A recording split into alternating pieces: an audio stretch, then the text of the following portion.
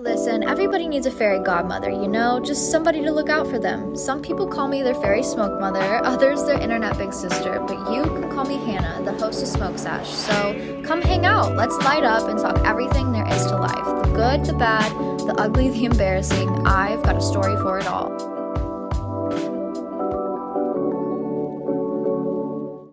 Hello, baddies of the world. Welcome back to another sexy little episode of Smoke Sesh. My name is Hannah, your host, and I'm so excited to be back with you all on this honestly chilly and rainy little day we have going on.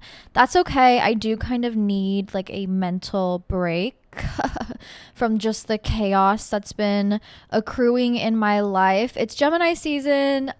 You guys, it is Gemini season. I do feel like I'm reaching my full potential. And the beautiful thing about Gemini season is the chaos that I experienced at the beginning of the year was very different. It was very hectic. It was very negative. It was very just kind of like uprooting and challenging in a way that, is difficult to face. But Gemini season, I find, brings a different sort of sense of chaos. When you think chaos, you think negative, obviously. You think, oh my God, life's going wrong, things are going wrong, can't plan for things. No. Gemini chaos is a controlled chaos. Gemini chaos is a bunch of manifestations coming to fruition where it feels a little bit overwhelming. Gemini chaos is, okay, I have all of these little tasks to do, all these things to do, and I'm busy little bee, going to all these appointments, going to all these things, hanging out with friends here, going to this event, going to this event. It's that kind of chaos where you just feel like you're on a roller coaster ride, but in the best possible way. Whereas the first 4 months of the year definitely felt like a roller coaster ride that you don't want to be on. Gemini season is definitely a roller coaster ride where you're actually gonna enjoy the ride this time. You're throwing your hands up in the air. You are just releasing yourself to the ride and enjoying it, enjoying the process. So that's kind of what I have been up to. I have a stacked week this week. I also had a stacked week last week, but we are leading up to my birthday week. I am turning 26. Next week will be like my birthday episode. Every year I love to do like what I've learned in my 26 years. So I will be doing a what I have learned in my 26 years next episode. This week, truly, I am just planning and getting ready for my birthday that is happening, getting everything organized. I gotta make a little charcuterie board. I gotta make a cake. I gotta get some stuff together. I'm doing like a pool day with my friends, so I want to like make a little drink station. I want to make a little snack station, things like that. I have to go get my car titled, which fuck the DMV, but also thankful for a car, amen. I also have like just random appointments coming up. Last week I got my hair done. Love a little self-care moment. I also had therapy. We'll get to that in a sec. We will get to that in a sec. But I also, tomorrow I have like a women's health appointment. Spooky, scary, where I'm just getting everything checked. I mean, please, as a woman, you need to take care of yourself, especially your health. It is a very important thing to do. I know it seems scary. I know it seems intimidating, but the more you know about what's going on down there, the more secure I just feel as a woman, because I feel like that shit is very confusing. So let's go ask a professional. Let's go ask what's going on. Let's get our shit checked out so we know that we are good to go. And then all of that plus work on top of it, which who can complain about money? That's one thing I'm for sure not gonna fucking do. But yes, last week I had therapy. I started therapy, you guys, I started therapy. Very exciting things. Wow, therapy sucks. Wow, I forgot how much that shit just like, that was like, not prepared to talk that deeply about things. I thought it would be a little surface level at first. Came out of that one like, oh my God. I know it's like an intense therapy session when I say something and my therapist's mouth drops open. Like jaw drops to her chin. Yeah. Didn't think that would happen on the first, session, but it is what it is. I was walking to therapy. I got a little lost at first because I was like, fuck, I hate office buildings because how the fuck do I get in? Where the fuck do I park? It's just so confusing. I hate it.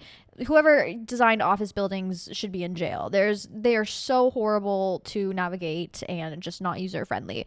But I was like standing outside the door because I was like, how the fuck do I get in? Like, do I ring the button to let me in? I don't have a code. And this girlie walks up and she goes, oh my God, are you? I was like, yes, I am probably who you think I am. I run into people very often, but the last thing I thought I would run into is a fan on my way to therapy. But you guys are always the sweetest because you're always like, you look so familiar. I'm like, I probably do, but love you. Very nice to meet you. She was such a cutie. She was heading in to like go celebrate time with her friends. She's like, my friend just got her new office job. I was like, wow, that's fantastic. I'm headed to therapy. She was like, wow, good luck at therapy, girl. I was like, thanks, queen. Last thing I was expecting walking into therapy, but I always love meeting you guys. It's always just catches me off guard. I truly was like not dressed well, like ready to go cry my eyes out for about an hour. And I'm like, hey, queen, nice to meet you. But my therapist was really cool. She seemed to know her shit, which I appreciate. I love green flags for a therapist. Green flags for a therapist are her saying that she wanted to really target my goals and that therapy doesn't have to be a lifelong thing. If you want it to be a lifelong thing, then it can be, absolutely. But if there's just like one thing that you really want to work on and navigate here, like we can work on that thing until you're done and ready to move on in life. Like I don't need you to be here every single week if you don't think you need it. Green flag, green flag, green flag. Okay. That shows that they are goal oriented. They are solution oriented, and they are there to help you actually heal, actually do better. She was like, most people want to come every 2 weeks. You can come every month. You can come every 2 months. I don't care. Let's set up your schedule based on how you want to target your goals. Green flag, green flag, green flag. She asked me all the basic questions, mom, dad, brothers, where did you grow up? How was growing up like, just basic information for setting up how she's able to view you. Green flag. I don't think any therapist, especially on the first meeting, should really like the first question be like, okay, well, what the fuck's wrong with you? You know what I mean? Also, something that surprised me when I was like, oh yeah, no, I was inpatiented at my first ever therapy appointment. She was like, that's kind of fucked up, babe. Like, not on you, but on them. Like, they didn't even talk to you. They didn't even, you filled out the questionnaire and they immediately inpatiented you. I was like, yeah, girl, I don't know. I had no choice in that matter. They just dropped me off, if I'm being honest. They just dropped me off in a padded room, asked me how I was feeling. I said, not great. And then they took my socks, my shoes, and my bra and sent me on. There was no choice. There was no choice in that. So she was also like, I don't like that. She was like, I don't like that experience. That feels very traumatizing. I was like, yep, green flag for her. Green flag for her. Also, I love when a therapist is not afraid to show emotion. Because, like, shit, bitch, sometimes you go through a hard fucking time and you don't want to sit there being like sobbing and being like, oh my God, this part of my life sucked, crying to a person who is just emotionless sitting across the room from me, like nodding with a pen and paper in hand. Like, yeah, that did suck. No, she was able to show emotions back. I'm so sorry, like actually show emotions on her face. I feel like sometimes therapists are really, really disconnected, and that doesn't feel comfortable when you're trying to open up on a very human level. So all around, 10 out of 10 stars from me to her. Loved it. Was able to set up my next appointment, which is 2 days after my birthday, which will be interesting. But had a great time. But holy fuck, I forgot how draining it is. I walked out of that therapy appointment like, oh my God, emotionally, I am just so exhausted. I am so exhausted. Doing work on yourself is hard. It is hard, and I don't know the work will eventually pay off. But I realized I feel like I've been on this journey with you guys of like just understanding ourselves in relation to the world in a very interesting way. And I do think I've grown a lot from it. But she was really able to provide a new perspective, because when I would talk about things, she would ask me how I felt rationally, what is your rational brain telling you? But then she would also pause and be like, okay, but now what is your emotional brain telling you? What is the emotional side of you telling you? And I was like, wait a minute. I don't know. I have been so connected to the rational side of myself throughout this whole entire journey that I feel like I truly have been neglecting my emotional side. And it is important to uphold both sides at a very equal balance, because you can't get too rational about things, or else you feel like you're pushing down a side of yourself that is truly feeling what the world is providing around you. And you can't get too emotional about things, because then you just become disconnected from the world in a very uncomfortable manner. So I kind of was like, oh shit, I feel like I have not been as emotionally connected as I should be, or maybe as emotionally connected to the negative things as I should be, and processing those things. So I'm very excited to go forth with this journey and kind of understand more of my emotional side, because she'd be like, well, you really are giving very rational understanding of the situation, but you're not really telling me how you feel. Oop. Okay, clock that T. All right.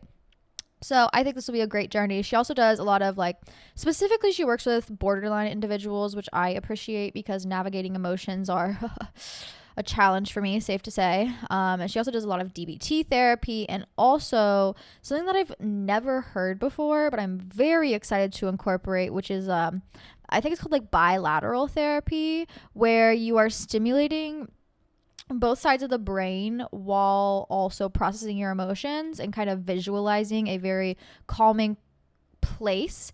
And it lets you feel the emotions that are usually high emotional, very stressful, anxious, minus the anxiety. So you can really look at it almost from a rational perspective and be able to process those things without the anxiety and the fear behind it.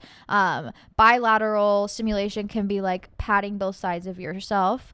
It also is walking. Yes, walking, bitch. Bilateral stimulation.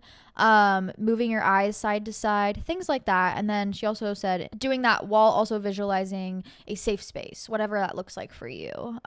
And truly very excited for that, because a main reason I wanted to start therapy was my anxiety was out of control. I just feel like the first 4 months of this year were truly oh my God, what the fuck's happening? And my anxiety was just spiraling, and I didn't know how to get control of it on my own. And I didn't really want to start medication. Not that I'm anti-medication. I just felt like it wasn't at a point where I feel like I needed to utilize medication.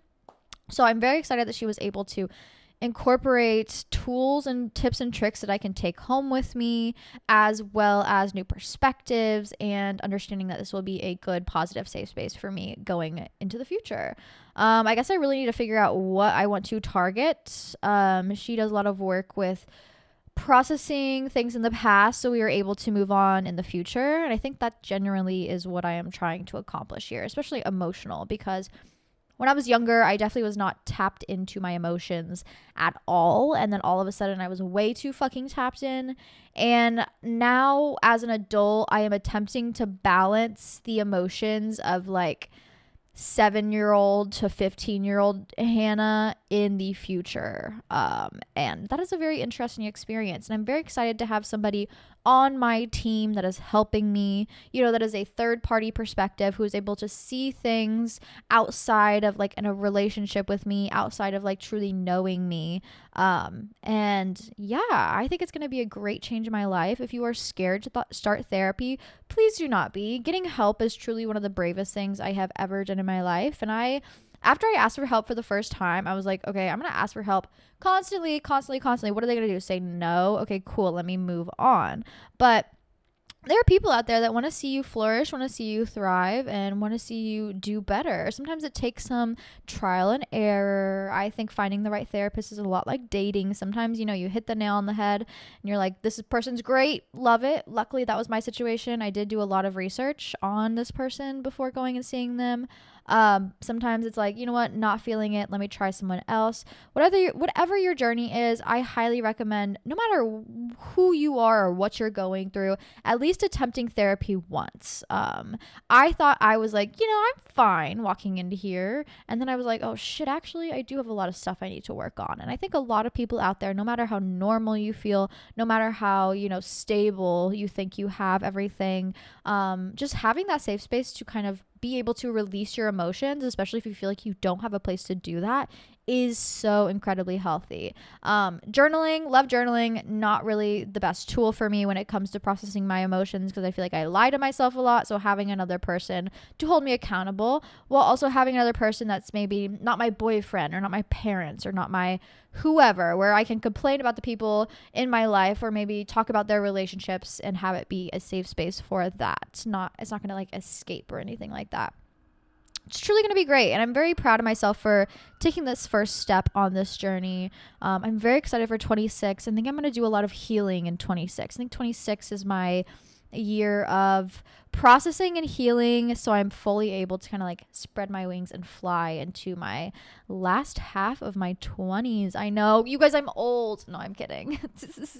I hate when people are turning like 26. They're like, you guys, I'm geriatric, I'm old. Girl, mid-20s, let's be real. I truly don't think I'll consider myself old until I'm like 85. I'll turn 85 and I'll be like, okay, I'm old. Maybe 90.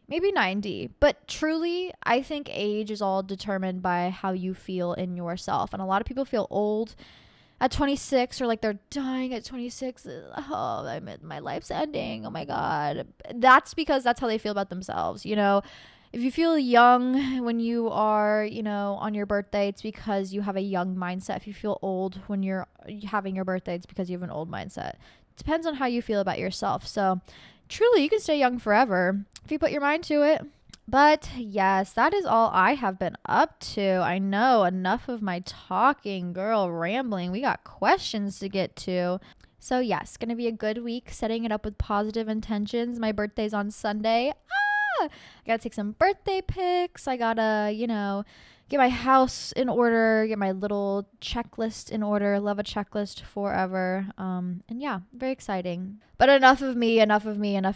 Let's get into everything on your minds. Ooh, someone said going through a dating phase. How do you keep up with talking to multiple men? Personally, I'm anti-roster.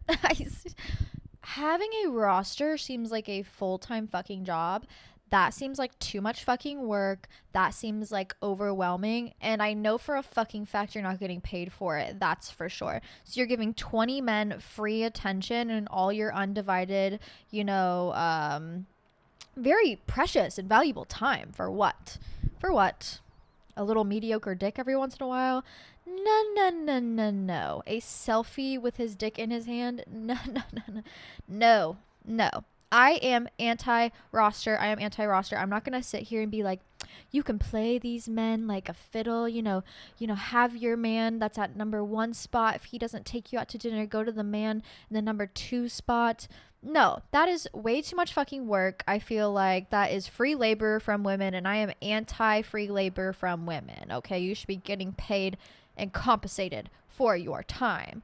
I am pro dating as they come. Okay, if you're getting into dating, I think it's okay to be like, okay, I have my sights set on one guy. I mean, if another guy naturally comes into the mix, then sure, maybe a couple. But I don't think you need to be frantically trying to fill a 20 list roster. I think that's crazy. But I think you should focus one guy at a time. And as soon as you're like, I don't really like this guy anymore, I'm not feeling him, he's gonna respond to my text, I know he's out hooking up with other girls, he said he's not looking for anything serious right now, he only texts me at 3 a.m, we stopped talking for a week, whatever it is that you're like, no, I don't like it, get rid of him, move on to the next.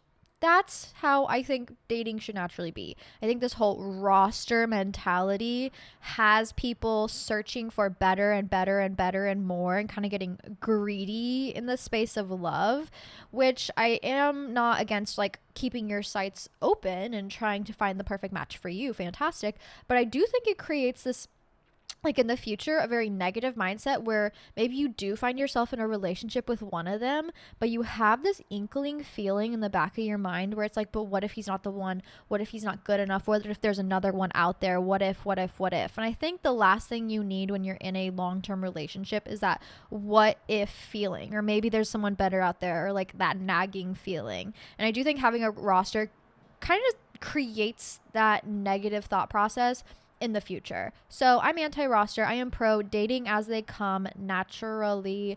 And if another one finds their way into your life, cool, fantastic. Maybe you have a couple. But if you have more than 3 or 4, that is a full-time job. That is not worth your time or peace or patience, babe. And I argue if you're that desperate for a little bit of attention that you need 20 men in your phone at one point in time to hopefully get a message from one of them every hour, we have some deeper rooted issues that we need to be working on when it comes to the lack of attention you probably received in childhood and are now trying to make up in sexual exploration. Like, babe, we do not need to be doing that. One at a time, okay? Stay patient. Give your undivided attention. If they can't fucking give it back, get rid of them. Very simple. Oh my God. Red flag, red flag. The guy I'm talking to is best friends with his ex. I'm extremely turned off right now. Yeah, you should listen to that feeling, because you should be turned off right now, because they're definitely gonna fuck at some point. I'm sorry I don't make the rules, but like if I'm thinking like, and this is just theoretical, I always think in theoretics, but like if me and my boyfriend broke up and then we were like, but we're just gonna stay best friends, forever, and then he started seeing another girl and I was still his best friend, best believe I'm gonna be like, hey, now I need to fuck that man. I don't care if there's another woman involved, now I need to fuck him because I'm jealous, duh. So I would take that red flag. I would probably leave him and keep it moving forward. Speaking of, I guess, how to reconnect with your sexuality. I spent 2 years in a very unsexy partnership. Oh, okay. As we stay on the anti-roster train, I think when we think sexuality, we think, especially now more so than ever, we do think about it in relation to other people. And I'm going to challenge you to start thinking about your sexuality in relation to yourself. Do you feel sexy? Do you think you are sexy? No? Do you only think you're sexy if you're wanted? Uh-oh. That's a problem. We need to pause and work on our relationship with ourself and finding ourself sexy, building up that sexuality within ourselves. I think a lot of women go into dating a lot of men or get into like messy relationships with people that they shouldn't give any time to at all, because they think that they can only feel, and this might be a subconscious perception, I don't think a lot of people are aware of this, and I know I definitely wasn't when I was going through this, but they only see themselves as sexy or desirable if they are wanted by somebody else. No. You should base how you feel on your sexuality, your sexiness, your divineness, on how you feel in relation to yourself. So I'm not going to be like, go out there and date men until you feel sexy, or date women until you feel sexy, or sleep with a bunch of people until you figure out what you like. No, I think you can figure that out on your own. You know, for me personally, when I was kind of trying to build up that self-confidence within and build up that perception of like positive self-image, I spent a lot, and this is going to sound very weird, I've talked about it before, but I do think it helps. I spent a lot of my time naked. I think we don't look at ourselves naked enough. If you are only naked in the shower or in the bedroom, what's going on? We need to get used to our bodies being a body, being a vessel, you know, and not have that be such a jump scare. Appreciate ourselves, appreciate every inch of ourselves. And that takes work, and it kind of takes getting over the jump scare of just like being aware of ourselves, you know? So I spent a lot of my time just generally naked. I am definitely a naked neighbor. So sorry to the new girls who moved in across the apartment from us, because our windows are about 5 feet away. And when I need a glass of water at night, girl, I'm walking butt ass naked to the fridge, best believe. But also, like, you don't have to be perceived. Close your blinds, spend some time inside, spend it naked, or spend it in like a silk robe. Also underrated, touching yourself. I know. Oh my God, freak. Oh my God, weird. Touching yourself. Yeah, girl. If you cannot make yourself come, how the hell do you expect anybody else to? I remember I have this like really long-term friend, and in high school we were all sitting around talking, chit-chatting, haha, girls talk, and she was in probably a 4-year long relationship, but she was like, you guys, I don't think he has ever made me come once. And like, oh, that is a shocking statement to hear from a woman in a 4-year long relationship. Like, what the fuck do you actually mean? But then I was like, pause. Okay, girl, but like, have you ever done it to yourself? She's like, no, I haven't. I just assume like that's the man's job. Oh, jump scare. So scary. You need to know what you like, what you enjoy, how you enjoy being touched. What, like, do you like nipple play? Do you like, only being touched down there? Do you think like things inside you? Can you even come from things inside you? Probably not. That's okay. There's nothing wrong with you.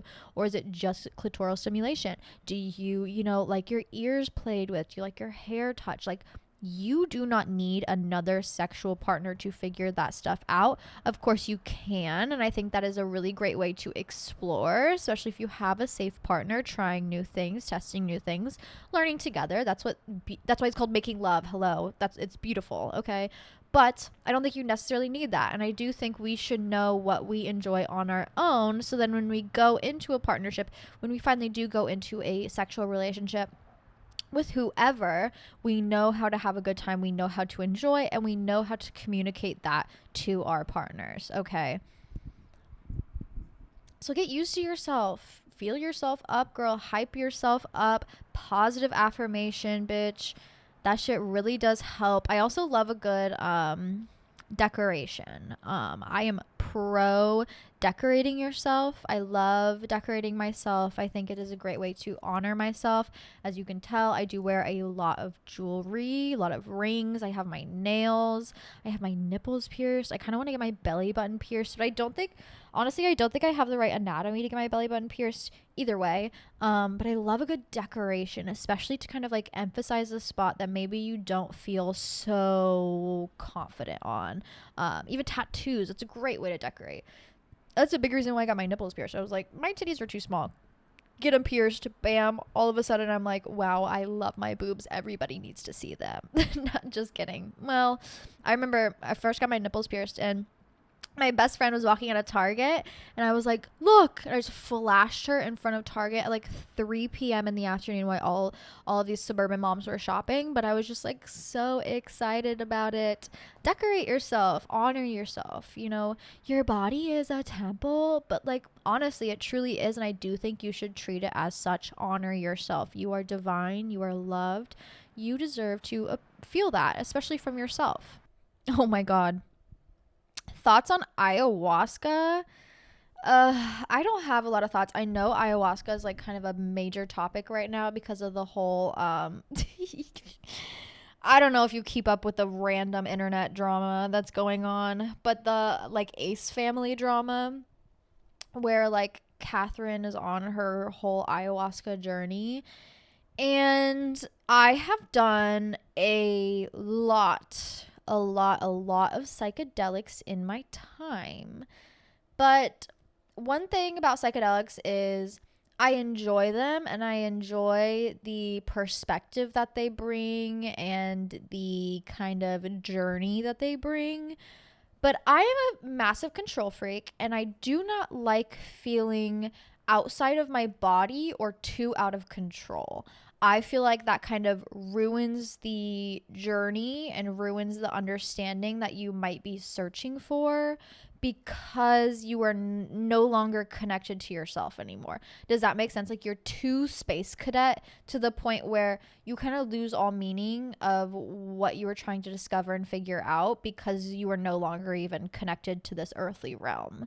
And I think ayahuasca, I don't want to completely write it off, because I know that it is a medical tool used in certain cultures, and I never want to deny anybody of their culture, but I do think like the white people traveling to go do it is a little dumb. It's a little dumb. It's a little odd. Like, If you are so disconnected to yourself that you have to go travel and spend thousands of dollars to go do a ceremonial drug in order to connect to yourself, it's like, wow, babe, I think there's other ways to achieve this without a insane psychedelic. It's not something I personally would ever want to do. I do know that it makes you so incredibly sick. It's like mushrooms in the sense where you're getting food poisoning. It is kind of poisoning you in order for you to reach that high or whatever it's giving you. And the projectile vomiting or the diarrhea or the insane, stomach cramps or just like the pain of it all is not enticing to me. I do not have the urge to inflict pain on myself in order to transform. I don't think that is a necessary part of life. I don't think you need pain in order to learn things about yourself. And so ayahuasca to me is just a big fat, to me, big fat thumbs down, not something I truly want to participate in. I mean, I've had my fun. I've done my fair share. I think if I were to do ayahuasca at this point in time, I would come back brain dead. Like I would come back just completely not myself, not who I am. And that might be because of how much I've done in the past. And then just adding something else on top that's extra insane, extra, strong. Just doesn't seem like a good mix, especially for my brain and trying to stay healthy inside myself. I don't know. When I was younger, I definitely felt like the tripping experience was fantastic to be able to connect to yourself in a sense where you're seeing life from a different perspective, or you're able to, address things maybe you haven't addressed, or feel a little bit of euphoria. But now that I'm older, I'm like, goddamn, life's one big trip as it is. I don't need any drug to help me realize that. Like, girl, it is front and center. All I need is a therapist and a iced mocha, and bitch, let's handle that shit. Let's get deep in my brain, but like while I'm sober, while I'm able to actually navigate these feelings in a level-headed way. That's kind of how I am now. That thought process makes me feel old. That's one of the things that I'm like, oh, maybe I am getting old. Oh, you don't want to do drugs anymore? Ooh, boring, old. No, it's just like, I don't know, life's a trip as it is, and I feel like personally at this point in time, I don't need to add anything extra or insane to my life, to my journey, in order to understand myself. I am way too connected sober as it is. Like, girl, I need to catch a break for myself, if anything. So yeah, ayahuasca, not on my list, never has been on my list. Even if someone approached me and was like, I have ayahuasca, do you want to try it? Probably be like, nah, I am good. But to each their own. We all have different journeys in life, and whatever you feel called to is your prerogative, not something I would recommend. You guys, my boyfriend's on a boys trip right now, and I'm so excited. You would think I'd be like, oh, my man's leaving me. No. If you know me, I fucking love my alone time, and I love my man, and he will always give me my alone time. I mean, he's practically not here. He's usually at the skate park, or like if he is here, he's playing video games like in his little office. So like I have plenty of alone time, but I have not had a night alone. This is crazy. I have not had a night alone without him the entire time we have been dating.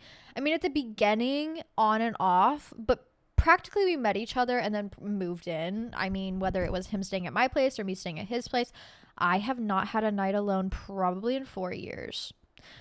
Even like on trips, I go on trips with my girlfriends, but I'm still like staying with my girlfriends. Night alone. It's girls' night. You guys, it is girls' night. It is sleepover night, and I could not be more excited. My plans for the day: podcast with the girls, of course, hello, edit, smoke some weed, do my dishes. Like I said, there's always something to do when it comes to cleaning. Dishes is a major one on my list right now. Chill for the afternoon, and then I'm gonna go get sushi.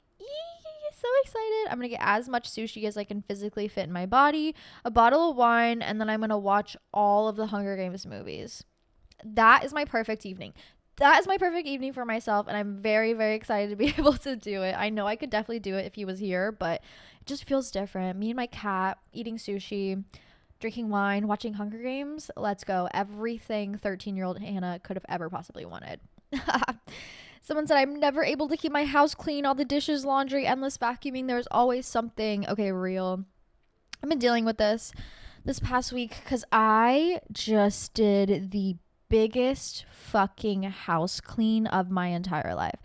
I don't know what got into me. I do think with the astrology we have coming up, I like my body is physically preparing my home for what we're going to go through. Not that it's going to be bad. It's just like sometimes when things get a little bit hectic or crazy, especially like I talked about in the beginning of the year, you have this need to kind of like purge that energy out of your life. And I think with my home, a lot of my stagnant energy sits here. So, guys, when I tell you I have donated about 15 trash bags worth of things. I have gotten rid of things that I haven't seen in years and just pulled out of the depths of my closet. I was on my hands and knees with a brush scrubbing my baseboards. I think I'm going to paint my house because I've been on the house hunt. You guys know. I've been on the house hunt, and the thing is, I'm just picky. I'm very picky. I love where I am now, like aesthetic wise. And although where I live, it's a little bit hectic, a little bit busy, I truly don't mind waiting it out to find the perfect space to live. And I hate that period of life where you're like just unhappy where you are because you're constantly looking towards the future. And I think that's what was holding me back. So I was like, fuck it. Pause in the future because I've spent about 5 months looking for homes, can't find anything. Let's see where I am now and make it the best that I possibly can. So, like, just decluttering, organizing, dusting shit off, scrubbing my baseboards, full house, deep, clean. I'm talking mopping the walls, bitch. Like, I had a mop on these fucking ceilings. Craziness. But it needed to happen. And I realized those deep cleans, those big cleans are something you do probably every season. I mean, I vacuum pretty often, but like the big, deep, like hands and knees scrubbing kind of cleans, those happen every season. The kind of cleaning that you have to do where it's just keeping up with your daily tasks, you're going to have like one of those things to do every single day.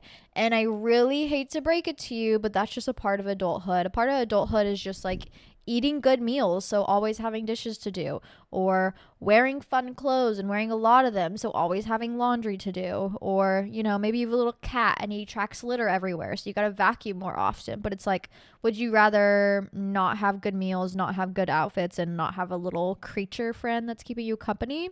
Hello. So you got to look at it with a different perspective. I don't mind doing the small things now that I am older and I'm a little bit more stable. I'm able to keep up with my cleaning pretty frequently, and also like I'm able to find times where it works for me. Key to dishes is if you're cooking something, just put it away right away. You know, as soon as that dishwasher is done, unload it. Get that shit out of your way. When it comes to laundry, I do my laundry in like big batches. Like every Sunday, I'll do all of my laundry and put all of it away. That just makes the most sense to me. But yeah, unfortunately, when it comes to adulthood, there is just always something you have to do. Doesn't mean you are falling behind, okay? It just means that, you know, you enjoyed something, you appreciated something, and now you got to do the cleanup of it. How were you able to get your hair to grow past a certain length? Beautiful. Ah, thank you, queen. I've talked about my hair journey before on here, but it truly has gotten long. I went and I got it done. And if you're a visual listener, either on Spotify or YouTube, also shout out to my Spotify girlies. Those ad checks have been coming in. I really appreciate you listening to them. I really, really do. Hopefully I'm going to be able to create more content for you guys here soon. But she has gotten so long. My hair's gotten so incredibly long. And I was not able to grow it past probably my collarbones for about 2 years. And this was because of many different things, but specifically, one of the major reasons why I was unable to grow my hair past my collarbones for 2-3 years, even though I was trying everything in my power to do so, was because I was using so much heat on it. I was doing these big barrel 70s curls. If you remember following me on TikTok, like in 2021, 2020, you know me by those big ass barrel curls. And I was also doing it on like 350 fucking degrees because my hair does not curl easily. And I would wake up in the morning, I would do my curls, and I would head to my nanny job, and I had to be there at 8 a.m. So like I was waking up at 7 a.m. to do these giant ass barrel curls. I was cooking my hair. I was frying it. It was snapping off in the process. It was killing the length. It was creating, split ends. It was just awful for me. And I truly think that me using so much heat on my hair is why it was like stunted in growth. That, and also I was dyeing it at home. Not really dyeing it, mostly just bleaching it at home, which was like killing the hair where it sat in my scalp and just wasn't growing. And I had a horrible diet. So what I changed to make my hair finally start growing even a little bit, I stopped dyeing my hair at home. I stopped dyeing my hair for about 2 or 3 years. I recently had it done for the first time in a long time this past January, and it's still able to grow after I went to a professional. Please, just go to a professional. I know it costs money. I know. But if you are not a professional who knows how to handle these chemicals and things, you're probably going to do something wrong. Even if it looks good, you're probably doing something wrong to your hair. Unfortunately. Now, that really helped. I stopped doing the big ass barrel curls and I started wearing my hair, as you saw in the beginning of this podcast. I would twist it up. I'd put it in a claw clip. I have worn my hair like that practically every day for the past 3 years. I think it is a great protective hairstyle. I used to do a lot of braids, things like that, but I felt like using any sort of elastic was snapping my hair or was like putting too much pressure on my hair. A claw clip is easy because it's not really allowing so much pressure or so much pulling at the hair where it's going to snap. If it's not able to hold itself up, it'll fall out of your hair. And I love a claw clip because no matter how much hair you have, you will always be able to put it up. So I started doing protective hairstyles and I stopped using heat practically completely. I maybe now use heat on my hair every other week. I do blow dry my hair now that it's healthy, but even back then, no blow drying, no heat at all. Last but not least, you got to get your protein in. You got to get your protein in, and it can't be the only thing you eat. Of course, you need to eat like a well-balanced diet, but most importantly, you need to make sure like you're eating proteins, whether it's meats, whether it's eggs, whether it's like lentils or beans. What you need protein to be able to create strong strands of hair. Okay, once I changed those 3 things about myself, bam, instantly my hair started growing. I was anti haircut for a long time because I'm like, oh, but I just grew this inch, I don't want to cut it off. But I do think occasional haircuts every once in a while is important to stop these split ends and to keep your hair from breaking even more, especially if you know your hair is really damaged.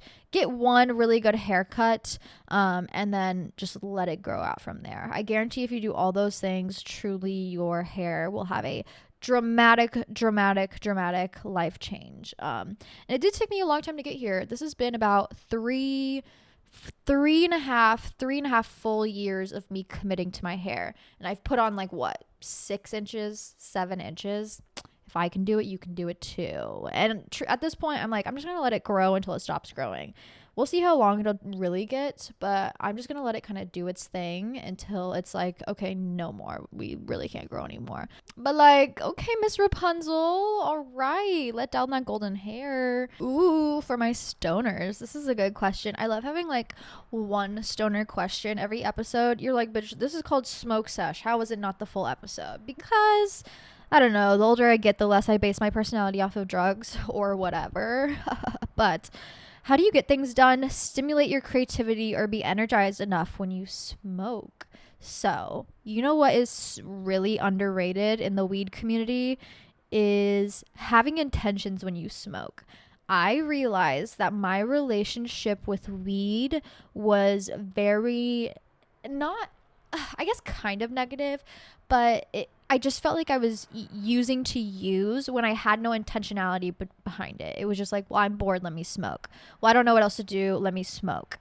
That's when it's kind of just like, okay, I'm just doing it to do it, I guess. And that doesn't feel great. And then you kind of find yourself in this loop of like, I'm just getting high to get high. And I am anti getting high to get high. I'm pro, maybe smoking to achieve something. So setting intentions is very important, especially when it comes to any sort of drug use. Of course, being safe in a safe environment, all those things, getting from a safe place. But when it comes to weed usage, I've really transformed how I utilize my weed. You guys have probably been noticing I am smoking less on this podcast because I find now that the way I'm using doesn't, operate in a way where I can also podcast, because my intentionality with it is definitely, I've been using it a lot to clean. When I smoke, I am like locked in on those fucking dishes. I am locked in on those dishes. I'm like I said, scrubbing my baseboards.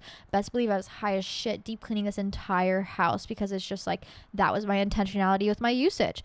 Sit down, get some shit done, get some cleaning done, be able to enter this flow zone to do that. Maybe it's, I want to do art, I want to be creative, I want to do a big painting. Okay, cool.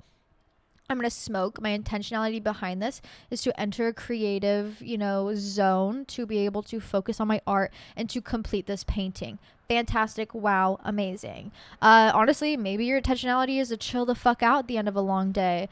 My intentions behind this usage is to calm myself down, to relax myself, to really just enjoy and be present in this moment instead of letting my brain kind of wander off to work. Whatever it is, set your intentionality. I think it's important.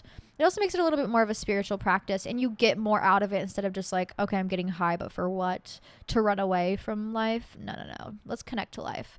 I guess I could smoke and be like, my intentionality is to do a good podcast, but I found that recently when I smoke, especially because I've been smoking a lot less. When I first started this podcast, I was I was unemployed. So it'd be like between every question I would smoke and then answer the question, then smoke and answer a question. I mean, that was great at that point in time. I just don't think my brain can handle it now. And the best thing you can do for your body is listen to it and listen to what it needs and listen to how it functions best. And now, especially podcasting, when I'm trying to operate at like 100% and really just like get to as many questions as possible, answer as much as I can, speak as fast as I fucking can, an espresso shot does me wonders rather than a joint. But I hope you guys still love me and appreciate me, minus as much weed usage as I have been doing. Don't judge me for taking a break. We all deserve a little tea break now and again, okay? But yeah, I've been smoking maybe like twice a day, which is a really fantastic change in my life. I've been doing it like if I have a day off, I'll smoke in the afternoon to clean, and then maybe smoke again in the evenings to calm down, wind down, things like that. But set your intentionality. What is the purpose behind this usage? Is there a purpose? Can you even set a purpose? Do you need to be using it right now? Be aware of your usage and why you feel called to it. Girly, can we please talk about UTIs and preventatives? I am very prone to UTIs. I'm very prone to UTIs to the point where, like, I remember being younger and getting them a couple times just because I do think some things are very genetic. So some things are very genetic in the sense where it's like you just have an easier time developing them. My mom gets UTIs pretty easily, so I knew I would get UTIs pretty easily. And the best way to avoid UTIs is truly just to stay hydrated. Make sure you are constantly flushing everything out of your body. I remember like my first ever UTI was because we were at our lake house and it was like I was just a young kid running around, jumping in the pool, blah, blah, blah, blah. Like I was too busy to drink water. So I don't think I drank any water for like a full day. Like, yeah, that will cause a UTI if you are prone to them. Drinking water, flushing out your system, and most importantly, water. Not iced coffee, not Gatorade, not whatever bullshit. Water. Your body needs it, okay? Now, when it comes to getting UTIs, I mean, now, what I get most of my UTIs from is like just sex. And so when I do have sex, it's like after the shower. After the shower, we can do whatever you fucking want to do.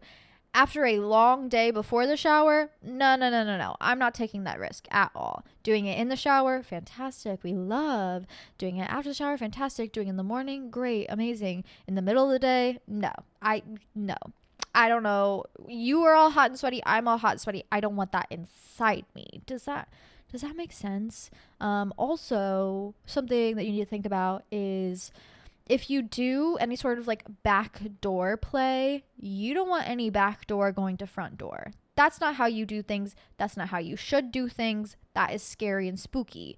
Even like wiping, do not wipe back to front, okay? Do not pull that shit to the front of you. Like, you will get a UTI. You will get a UTI, and it will not be fun at all. But when it comes to backdoor play, if he's sticking anything in your back door, it should not go in your front door, okay? If even his mouth, if it's going in your back door, his mouth should not then go to your front door.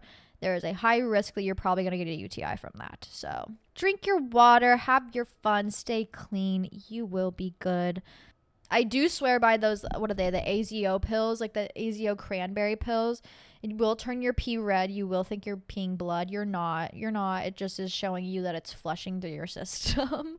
But I do swear by those when I do feel like I have one coming on. They are truly, truly so helpful. Plus, you do probably need antibiotics, so please contact your doctor. But I haven't had one in a while. Thank God.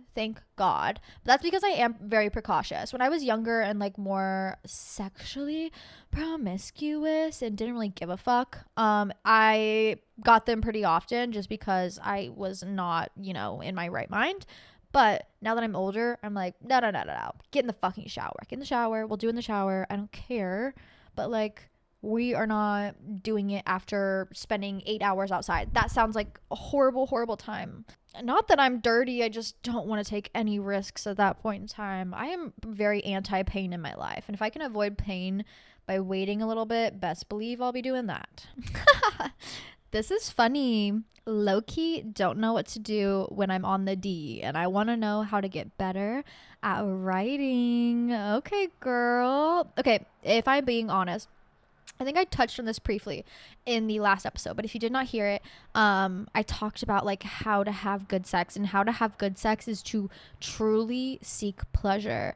I think men, when they're laying down and you're writing them, they want to see you experience pleasure from them, okay? They want to see you kind of like be able to utilize them to experience pleasure. So that is the entire point of writing, all right?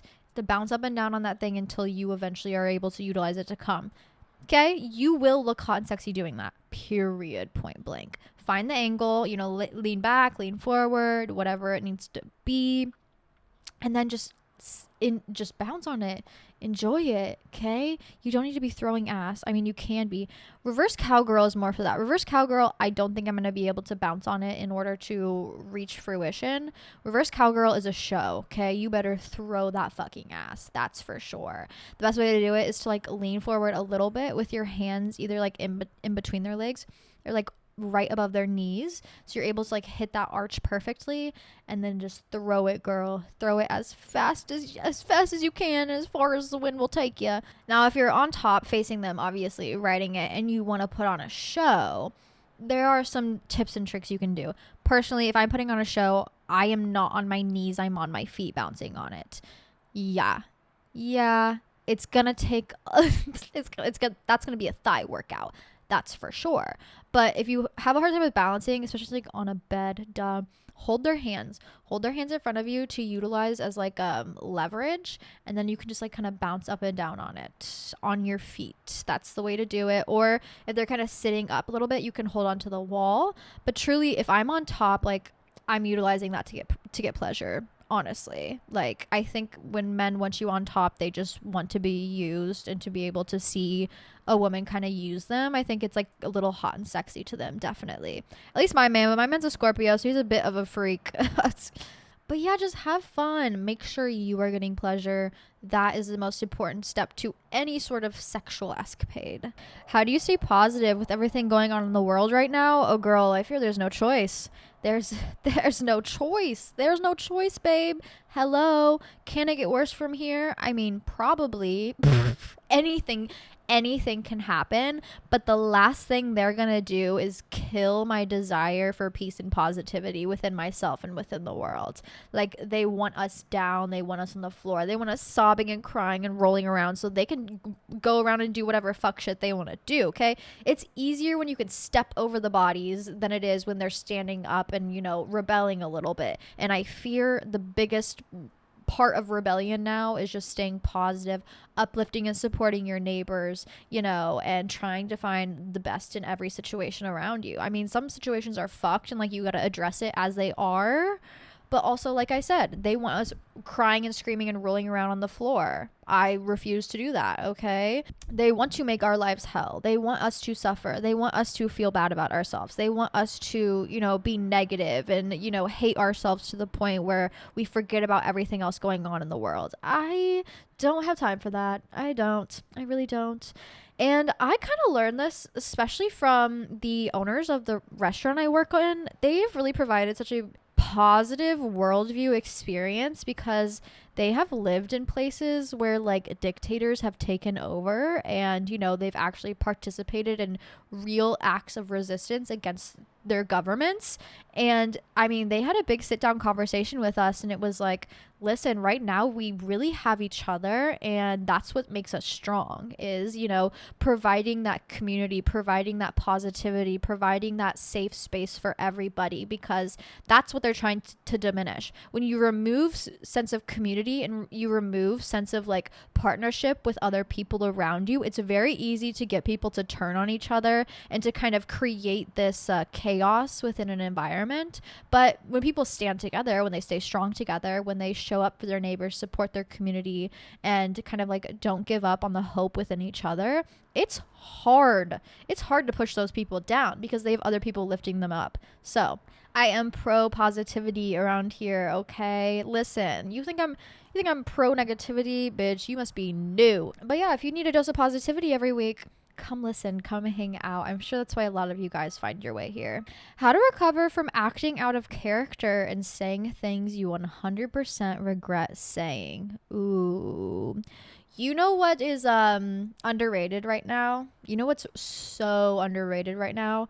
Apologizing. You remember when you were kids and it's like you're on the playground, you know, you're hanging out and like maybe I'm thinking like 4-year-olds, okay? I spend a lot of time with like 2 to 4-year-olds, especially as a teacher.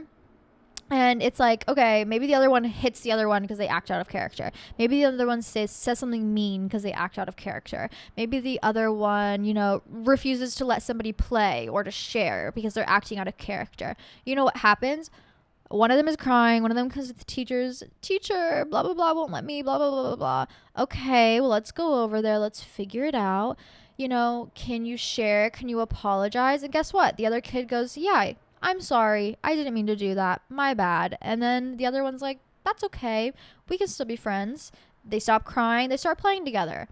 It is that simple. Why the fuck can kids do that and adults can't? Why do adults have such a hard time apologizing? It is literally so simple. It's so simple. If you feel like you did something wrong and you're like, God, I fucked up. I did not mean to do that. I did not mean to act that way. I did not mean to do that to that person. Whatever it is, no matter how bad, no matter how little you think the situation is, if you feel like you hurt someone's feelings or did something wrong or act out of character in any sort of way, just apologize.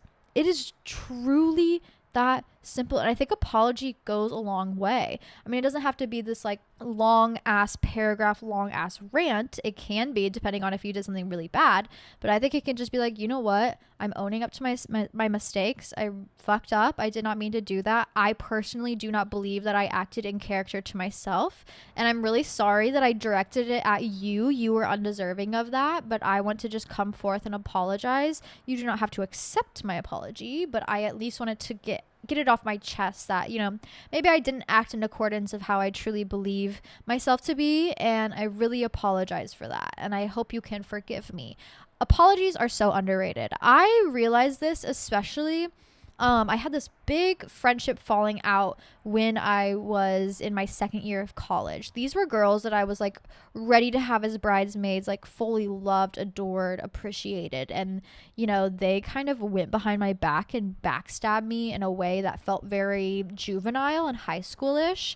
And there was 2 major girls at play. One of them was just like, I didn't do anything wrong. I don't regret it. Blah, blah, blah, blah, blah. And it's like, cool. Well, you showed me who you are. You obviously don't care because you didn't apologize. It is what it is. That's just who you are. I'm able to see the signs, see that I don't like this behavior and don't want it around me. Now, the other girl, which I really appreciate her for this because she was acting as an adult, and I appreciate when other adults can be adults, and also when people are able to have like a full worldview and sense of themselves, where they are able to take accountability when they do something wrong. But I mean, she sent me this long ass handwritten like note of just like, I fucked up. I really apologize. You are somebody that I really want in my life, and I just really know I've messed up. And she was just so remorseful and apologetic. And in that moment, I was like, you know what? I accept her apology. I kind of needed to be alone after that to heal and grow and move on and find my new path. But it's something that I sit with to this day, that I'm like, I appreciate her for that. I really do appreciate an apology. I really do. And like, she fucked me over big time. But it's just like, you know, sometimes we make mistakes. Sometimes we act out of character. And if you are brave enough to come up to me and be like, I fucked up, I'm sorry, then that's something we can work on. And that's something that I can at least appreciate from you, that you are able to see the situation for what it is and not let ego get in the way. We act in ego a lot, especially when it comes to making mistakes. And I think a lot of people make a lot of mistakes, but their ego keeps them from being remorseful or apologizing, because even if they believe in their heart they acted out of character, well, I did it, so now I need to stand by myself and stand 10 toes down and not apologize. It's like, girl, no one gives a fuck. Just say sorry and move on. It will go 10 times further than you staying in your ego and refusing to take accountability for what happened. Like, just say sorry. It sometimes is that simple. And sure, it'll probably still weigh on your brain, like, fuck, I did that thing. What you can do from then on out after you apologize is just like, stay true to yourself to never ever do that thing again, to never act in that way again, to never hurt somebody in that way again. That's truly how you heal and move forward. And sometimes you have to make mistakes or act out of character in order to learn how you don't want to be, okay? How you don't want to act towards somebody. We are not all perfect humans. We are not all perfect human beings, and we will make mistakes. What are you going to do with yourself in that moment? Are you going to apologize and not make that mistake again? Or are you going to sit in your ego and stand 10 toes down behind that mistake and become that mistake, become that person that made that mistake? You have a choice in life. Who do you want to be? You know, apologize. It truly is the easy option. How to stop being jealous of girls on Instagram. Girls I know in real life, but only see online. Social media is not real. I know it's so easy to say that, but then actually once you're viewing it, it feels real. But I do have that affirmation in the back of my head whenever I feel a tinge of jealousy online. I'm like, social media is not real. That person traveling somewhere every month is probably an insane credit card debt. There's probably some face tuning going on, if not surgeries. So like, don't take it too personally. Seriously. Now, when it comes to like accomplishments and things, I get being jealous of that. But when it comes to the accomplishments, I use my jealousy as a way to kind of like, I use it as a compass. I think it's very important to utilize your jealousy as a compass, because when I feel jealous, it's because I want something. It's like, she has something that I want. That's why I feel jealous, you know? Same way, you know, kid is on the playground playing with a ball that you want. You feel jealous of that kid. You want to go over, snatch that ball out of their hand and take it from them. You could both have that ball. You can both play together. Theoretically, you know what I mean? So utilize your jealousy as a compass. I think it's a great way to learn without staying in that negative mindset or that egotistical mindset. You know, if you're seeing these girls on Instagram accomplish fantastic, amazing things, like graduating college, and you have never graduated college, maybe you should go graduate college. You know, maybe that is something that you want, and you see someone else and you have, and you know that you want it, so why not go after it? You know, it doesn't have to be now. It could be eventually. Just keep it in the back of your head. You know, maybe she's wearing a really, really insane outfit that you want, okay? Utilize that jealousy as a compass. Am I actually jealous of her, or do I just want that dress? Can you buy the dress? You know, can you make the dress? Can you metabolize what they have into your life? I remember my jealousy on Instagram or like on social media has always been with people I don't know. Okay. So like Pinterest photos, random aesthetic photos, famous celebrities, you know, things like that, where I'm like, okay, Okay, clock that. I'm jealous. Like, I'm jealous. Okay, fine. I'll admit it. I'm jealous of her. So instead of sitting there and just like hating myself for it and then also hating another woman, which is two things we shouldn't do in this day and age, is hate ourselves and hate other women for no reason, especially for being successful or hot, is utilize it as a compass. What about it is making me jealous? And why am I feeling that way? It's probably because I want it. Now, how can I bring that into my life? You know, oh, am I jealous of their self-love towards themselves? Cool. Well, maybe I just need a little self-love in my life. Am I jealous of their traveling? Cool. Maybe I add that to my bucket list and I work towards going to that place, and I kind of utilize their trip as like a navigational tool to create my next outline for my trip. You know what I was jealous of last year? Everybody going to Japan. Very jealous of those videos. Very jealous of the 7-Eleven mukbangs. So what did I do? I paused. I understood why I was feeling jealous. And then I started getting to work. I'm jealous of that lifestyle, but can I live it? Can I create it in my own life? Can I metabolize it into my own life? It took a little bit longer than, instant gratification, like 6 to 8 months to a year. But finally, I booked a Japan trip. Fuck it. I saw what I wanted. I went out. I went after it. I got it. I utilized my time and I picked up extra shifts of work to afford a plane ticket. Bam, purchased that shit. I'm going in the fall. It's a great way to kind of utilize those feelings without getting negative on yourself or the people around you, because that's the last thing we need in this world. Why are you jealous? What do you want? How can you bring it into your life? And if it's not something that you can have realistically, that is just not something you can have. Maybe it's a body type. I think a lot of jealousy comes from how other people look. I will never be that triple D BBL baddie body, whatever it is.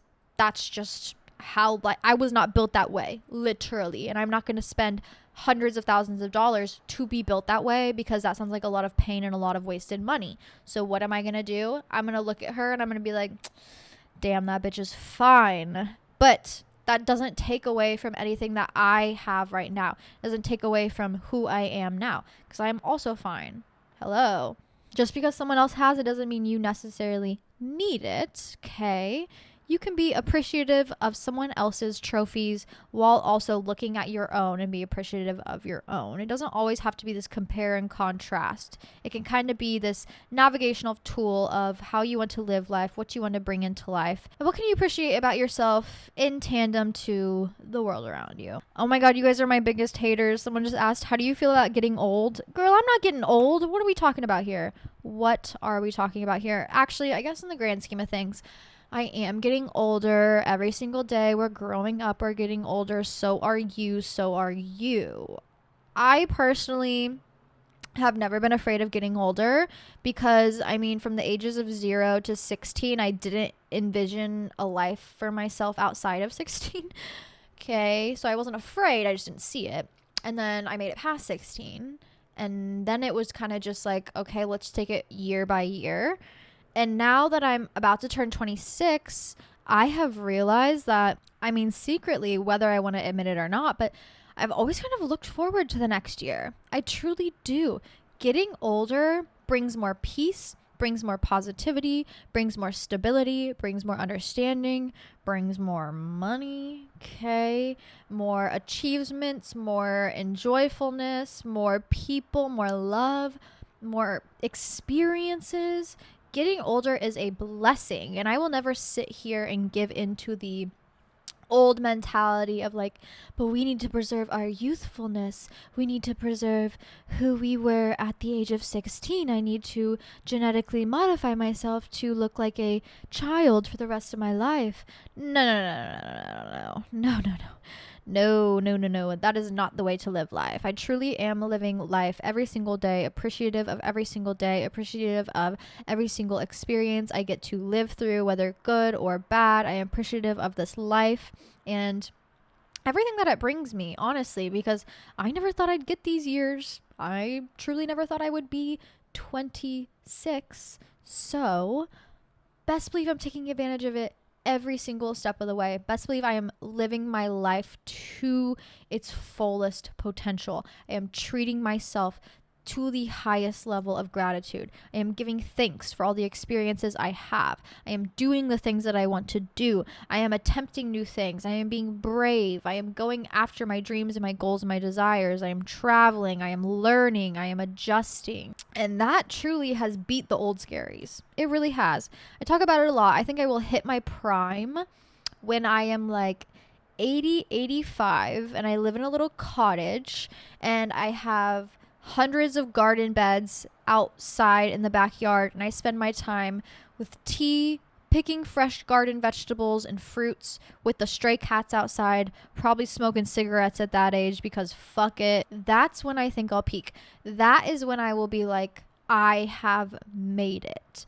But until I get there, I am living every day for the memory, for the experience, and to hopefully get me to the place I want to be. If you think you've already been in your prime, well, then you have. You know, you build the prime for yourself that you want to be. If it was you when you were 17 and you were constantly chasing that 17-year-old version of yourself, life's going to kind of suck because 17 is not that fucking great. But if you're able to look forward and dream a little bit and have that future vision of yourself that you want to be, it makes the years going forward a little easier. And also it makes you feel really fucking young. If I think I'm going to peak at 85, 26, I feel like an infant. You know what I mean? 50, I'll still feel very incredibly young. But this mindset of old and getting older is just truly what you make of it. If you think you're an old lady at 26 and you want to treat yourself that way, congratulations, that's the life you're gonna live. But I think I am young, I am spry, I am hot, I am sexy, I have so many years to live, and I am not going to dwindle it down to just the feeling of being old. No. And also, who cares if you're getting old? It just means I'm more confident, more comfortable, more understanding, more appreciative of myself. I've gone through so many more experiences. I've gone to so many different places. And that in itself is a blessing. Getting older, being old is a blessing. I also think I kind of subconsciously learned this from my grandmother because she hates being old. She always, ever since I've known her, since I've been born, has been like a very, trying to go back to youth, you know, fighting getting older, not wanting to get older. And I've realized that the reason she has always fought that is because she found the most freedom in herself when she was in her teen years, when she was in her youth, you know, and she no longer had that when she was an adult because she didn't build that for herself. She, you know, was a housewife. She waits on her husband. She doesn't do anything other than live life for her husband. And that can be a very draining, unfulfilling lifestyle to live. And so I saw her in her, you know, older years, you know, 60s, 70s, 80s, kind of being like, I hate being old. I have nothing to do. I haven't built a life for myself. The only life that I'm living is for another person. And like, yeah, bitch, you're kind of right. Clock that. Like, I would also hate being old because all of her memories that she's looking back on and all of these years that she's lived has been for not herself. So take advantage of you and the life you want to live and live fully to experience that. Don't live for somebody else. Don't live for somebody else's dreams, because at the end of the day, all we are going to have is ourselves. We are going to be sitting on our deathbed looking back and asking ourselves, did we do everything? Did we accomplish everything? Did we, you know, attempt at least everything that we wanted? And I want you all laying there saying, yes, I did. I went after everything I wanted. I tried my hardest. I did the best that I could. I created memories that I wanted to create. I had love affairs. I had these adventures. Whatever it is that you dream for yourself, go out and accomplish. But don't you dare sit down and just let life pass you by. Take advantage of life. Live it. It is a beautiful life that we get to live. We are all so very lucky to be here. And it's kind of like a once in a lifetime moment if you really think about it. Like, we are these anomalies in the universe. Not that I don't believe in aliens. I definitely believe there's something out there. Do I believe it's maybe reminiscent of what we have here on Earth? Probably not. But I do believe, you know, there's some sort of life out there. But what we have here is such such an anomaly. We are so privileged to be able to live this life in tandem with nature, get to experience all of these beautiful things outside, get to, have little cats, have our homes, have our trinkets, to go to school, to go to college, to pursue these jobs that we want to pursue, to help people, to build community. It is all so incredibly very special, and I don't want you to lose the specialness of it all. I don't want you to make life a mundane thing, because life is special. Being here is special. Every day that you get to experience is special. So live that life. Go after it. You deserve it, whether you believe it or not. You are here, and that is truth, that you deserve it. But with that being said, I love you all so very much. My birthday's coming up. I'm so excited. I love a good birthday. I always celebrate my birthdays how I kind of want to set up the next year of my life. And the past 4 birthdays, I've always been traveling. This year is the first one I've actually had at home. And I'm very excited to kind of just enjoy what I have created for myself here. Enjoy, all of the fruition of my hard work, my deep cleaning, things like that. And then what I asked for my birthday was a fish tank. I wanted a fish tank for my birthday. Growing up, I always had betta fish. And so I told my boyfriend, I was like, I just want you to take me on a shopping spree and help me build a fish tank. So I think that is our activity for the day, along with laying out in the sun and going to the pool and drinking with my friends. Honestly, what's better than that? But if you want to see my birthday pictures, you want to see what I've been up to, follow me on Instagram at Hannah Marlene. I also upload the questionnaire for the podcast every week, every Sunday on my Instagram story. So follow me there. And if you want to see more from me, join the Patreon. We have a lot going over on the Patreon. I just uploaded a Gemini new moon write-up. I always do Monday affirmations, and we always do an extra episode every week where I answer every single one of your questions. Yes, every single one of your questions. I think this week we had 45. Yes, 45 different questions. I sit down, I answer them, I give you the answers you want, you need. And yeah, you can find that at patreon.com/smokesessionshotty. Come join, come hang out with us. I love seeing your faces and seeing you guys. And I'm so appreciative for every single one of you, for a whole another year of being able to celebrate with you guys. I'm so thankful, and I love you all so much. Stay sane, stay sexy, and I'll see you all so soon. Mwah.